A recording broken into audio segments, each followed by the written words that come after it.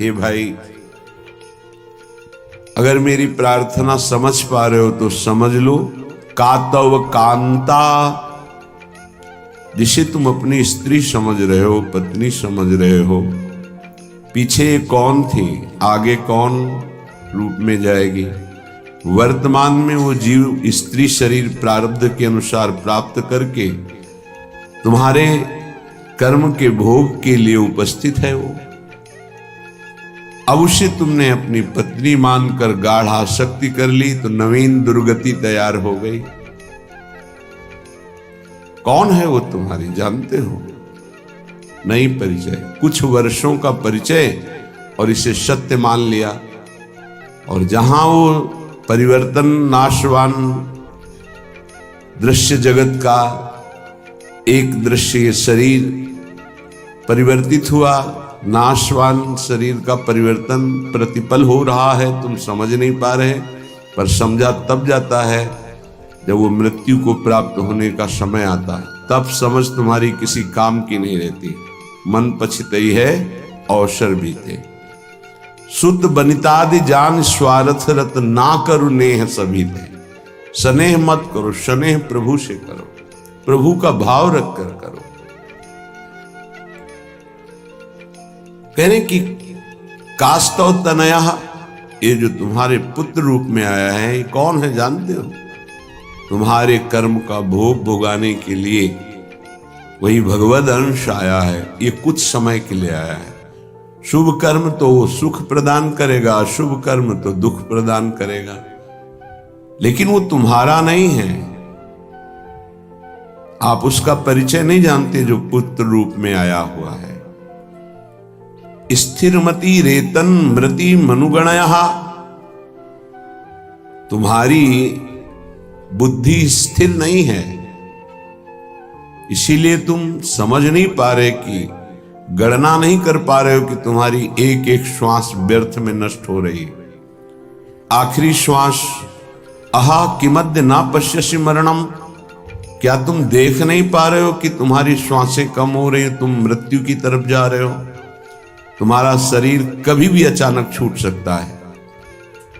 ऐसा नहीं कि आप वृद्धावस्था में ही जाकर मरेंगे।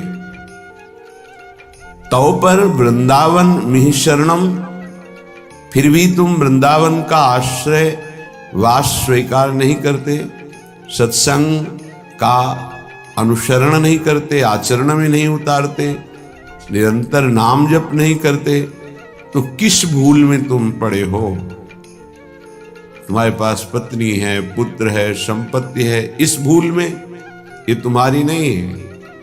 कुछ समय के लिए तुम्हारे प्रारब्धानुसार ये संयोग बना है, बस बिछुड़ जाएगा। इसे तुम रोक नहीं पाओगे। ना अपने शरीर का छूटना, ना अपने सगे संबंधियों के शरीर का छूटना, ये तुम्हारे बस की नहीं कि तुम रोक लो। तो क्या करें? सबको छोड़ दें? नहीं, सब में भगवत भाव करो, अपने धर्म का पालन करो, खूब नाम जप करो। जीवन सार्थक करने के लिए बहुत आवश्यक है। अगर आप इनके मोह में फंस करके भगवत विमुख जीवन व्यतीत कर रहे हैं तो निरर्थक जीवन है। नमस्तस्मै कस्मै चिदपि पुरुषायाद्भुत महा महिम्ने विभ्राजत कनक रुचि धाम्ने स्वकृपया असंकोचेनैवा स्वपच मखिलेभ्यः स्वयमहो ददौ यः सद्भक्तिं विमलतर नानारसमयीं। अहो आश्चर्य है, स्वपच नीच आचरण करने वाले को भी जो गौरांगी प्रियाजू, जिनका निज महल वृंदावन धाम है, यदि आप वृंदावन का आश्रय ले लिए, वृंदावन का थोड़ा भी सानिध्य मिला, तो गौरांगी प्रियाजू की कृपा से नीच पुरुष के हृदय में भी महान प्रेम लक्षणा भक्ति प्रकाशित हो जाएगी। ये विश्वास कीजिए। लिखा है असंकोचे नैव, यद्यपि वो अनाधिकारी है, इसलिए संकोच का विषय बनता है कि अनाधिकारी को प्रेम लक्षणा भक्ति, और बोले असंकोच ही नहीं हुआ।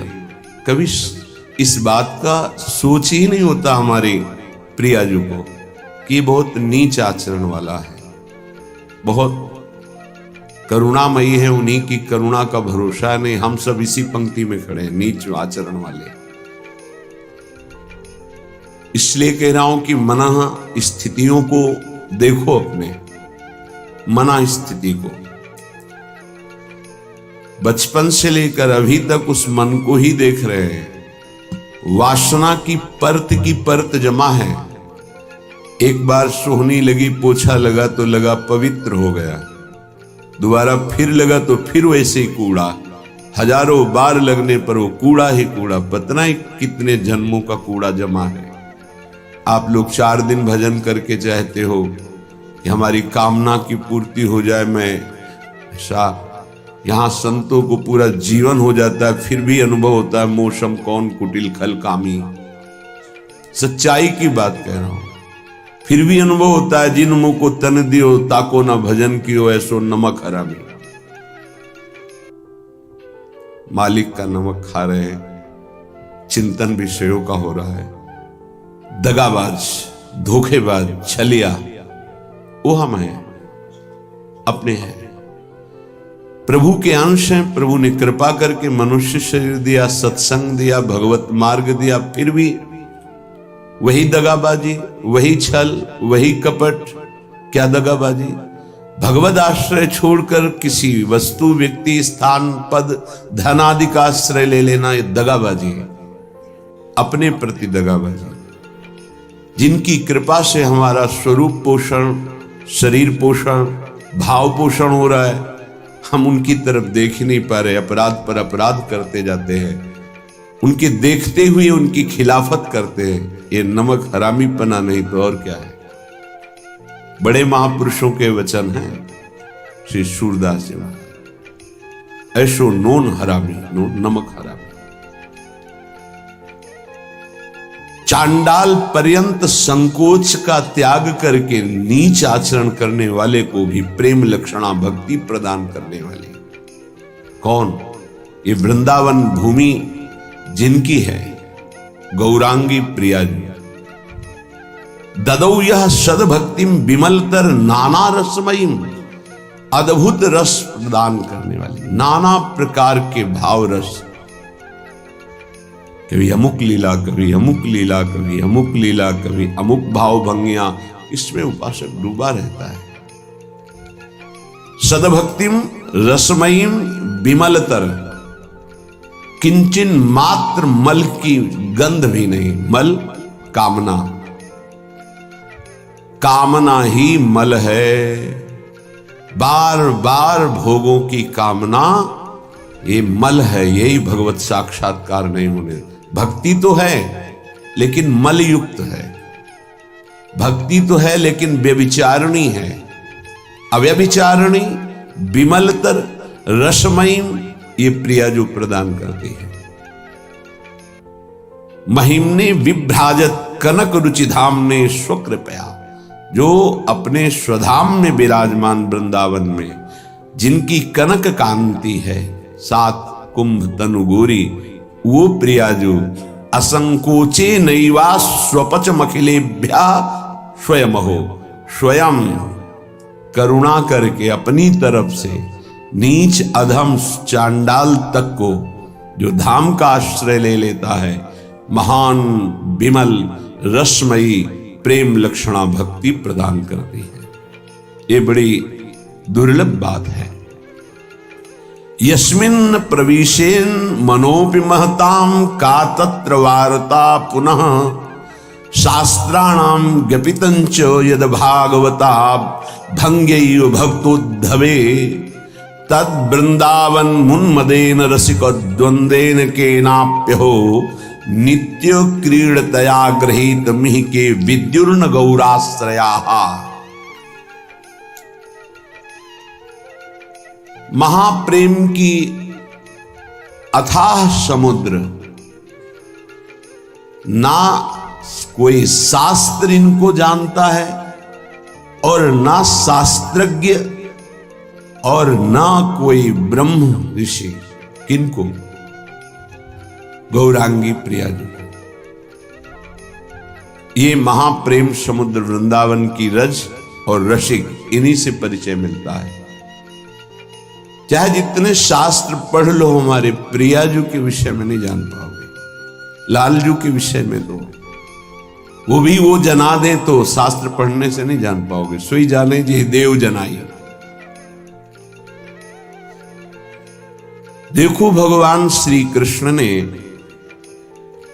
परम ज्ञानी उद्धव जी को इशारे में बता दिया कि मेरे प्रेम को प्राप्त करना चाहते हो तो वृंदावन जाओ और मेरे प्रेमियों की चरण धूल में लोटो तो प्रेम प्राप्त कर पाओगे।